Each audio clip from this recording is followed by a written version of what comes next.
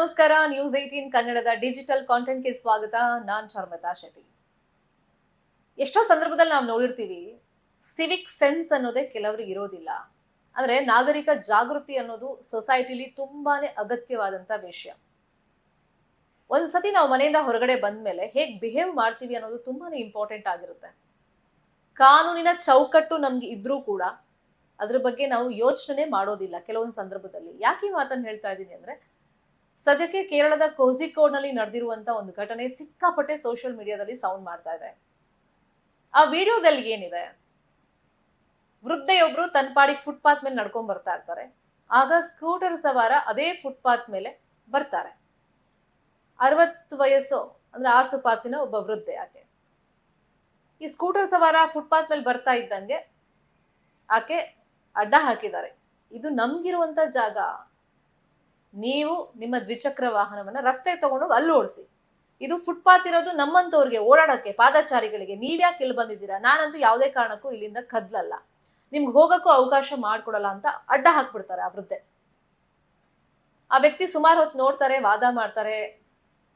ಈ ವೃದ್ಧೆ ಯಾವುದಕ್ಕೂ ಬಗ್ಗಲ್ಲ ಅಂತ ಗೊತ್ತಾದ್ಮೇಲೆ ತಂಪಾಡಿಗೆ ತಾವು ಆ ಸ್ಕೂಟರ್ ಅನ್ನ ರಸ್ತೆಗೆ ತಗೊಂಡು ಹೋಗಿದ್ದಾರೆ. ಅಲ್ಲಿ ಹೋಗಿದ್ದಾರೆ. ಇದನ್ನ ವಿಡಿಯೋ ರೆಕಾರ್ಡ್ ಮಾಡ್ತಿರ್ತಾರೆ ಒಬ್ರು. ಅಜ್ಜಿ ಗಮನಕ್ಕೆ ಬರುತ್ತೆ ವಿಡಿಯೋ ರೆಕಾರ್ಡ್ ಮಾಡ್ತಿರೋದು.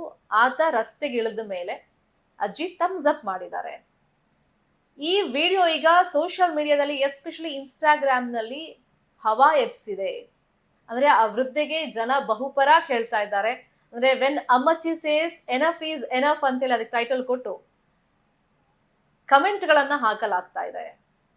ಅಂದ್ರೆ ಅಜ್ಜಿ ಮಾಡಿದ್ ಸರಿಯಾಗಿದೆ, ಸರಿಯಾಗಿ ಬುದ್ಧಿ ಕಲಿಸಿದ್ರು ಆ ವ್ಯಕ್ತಿಗೆ ಅಂತೆಲ್ಲ ತುಂಬಾ ಜನ ಕಮೆಂಟ್ ಮಾಡ್ತಾ, ನಮ್ಮ ಜಾಗೃತಿ ಮುಖ್ಯ, ಪಾದಚಾರಿಗಳಿಗೂ ಒಂದ್ ಸೆನ್ಸ್ ಇರ್ಬೇಕು, ಯಾರು ವೆಹಿಕಲ್ ರೈಡ್ ಮಾಡ್ತಿರ್ತಾರೆ ಅವ್ರಿಗೂ ಒಂದ್ ಸೆನ್ಸ್ ಇರ್ಬೇಕು ಅಂತೆಲ್ಲ ತುಂಬಾ ಜನ ತಮ್ಮದೇ ರೀತಿಯಲ್ಲಿ ಕಮೆಂಟ್ ಗಳನ್ನ, ತಮ್ಮ ಒಪಿನಿಯನ್ ಗಳನ್ನ ಪೋಸ್ಟ್ ಮಾಡ್ತಾ ಇದ್ದಾರೆ. ತುಂಬಾ ಸಂದರ್ಭದಲ್ಲಿ ಏನಾಗುತ್ತೆ, ಈ ತರ ಫುಟ್ಪಾತ್ ಮೇಲೆ ಬೈಕ್ ನಲ್ಲಿ ಅಥವಾ ಸ್ಕೂಟರ್ ನಲ್ಲಿ ಜನ ಬಂದಂತ ಸಂದರ್ಭದಲ್ಲಿ ನಾವು ಓಡಾಡುವಾಗ ತುಂಬಾ ಜನ ಬೈಕೊಂಡು ಹೋಗ್ತಾರೆ. ಇವ್ರಿಗೇನ್ ಸೆನ್ಸ್ ಇಲ್ವಾ, ಫುಟ್ಪಾತ್ ಮೇಲೆ ಬರ್ತಾರೆ ಅಂದ್ಬಿಟ್ಟು ಬೈಕೊಂಡು ಹಂಗೆ ಜಾಗ ಮಾಡ್ಕೊಂಡು ಹೋಗ್ಬಿಡ್ತಾರೆ. ಕೆಲವೊಂದು ಸಂದರ್ಭದಲ್ಲಿ ನಾವು ಒಂದಿಷ್ಟು ವಿಡಿಯೋಸ್ ಅನ್ನ ಹಿಂದೆನೂ ಗಮನಿಸಿದ್ವಿ. ಒನ್ ವೇನಲ್ಲಿ ಬಂದಾಗ ಅಡ್ಡ ನಿಂತಿತ್ತು, ನಿಮ್ ತಪ್ಪಿದೆ, ನೀವು ರಿಟರ್ನ್ ಹೋಗಿ ಅಂತ ಹೇಳಿದ್ದಿತ್ತು. ಅಥವಾ ಇದೇ ತರ ಫುಟ್ಪಾತ್ ಮೇಲೆ ಸ್ಕೂಟರ್ ಅಥವಾ ಬೈಕ್ ಅವ್ರು ಬಂದಾಗ ಪಾದಾಚಾರಿಗಳು ಆಪೋಸ್ ಮಾಡಿದ ಸಾಕಷ್ಟು ಉದಾಹರಣೆಗಳನ್ನ ನೋಡಿದೀವಿ. ಬಟ್ ಇಲ್ಲಿ ವೃದ್ಧೆಯೊಬ್ರು ಒಂದು ಜಾಗೃತಿಯನ್ನ ಮೆರೆದಿರೋದ್ರ ಬಗ್ಗೆ ತುಂಬಾ ಚರ್ಚೆಗಳು ನಡೀತಾ ಇದೆ. ಈ ವಿಡಿಯೋ ಪರ್ಟಿಕ್ಯುಲರ್ ಆಗಿ ವೈರಲ್ ಆಗ್ತಿದೆ. ಇನ್ನು 1989ರ ಕೇರಳ ಮೋಟಾರ್ ವಾಹನ ನಿಯಮದ ಪ್ರಕಾರ ಪಾದಾಚಾರಿಗಳಿಗೆ ಅಂತಿದ್ಮೇಲೆ ಪಾದಾಚಾರಿಗಳಿಗೆ ಮಾತ್ರ ಅದು ಫುಟ್ಪಾತ್, ಅಲ್ಲಿ ವಾಹನ ಸವಾರರು ಬರಂಗಿಲ್ಲ.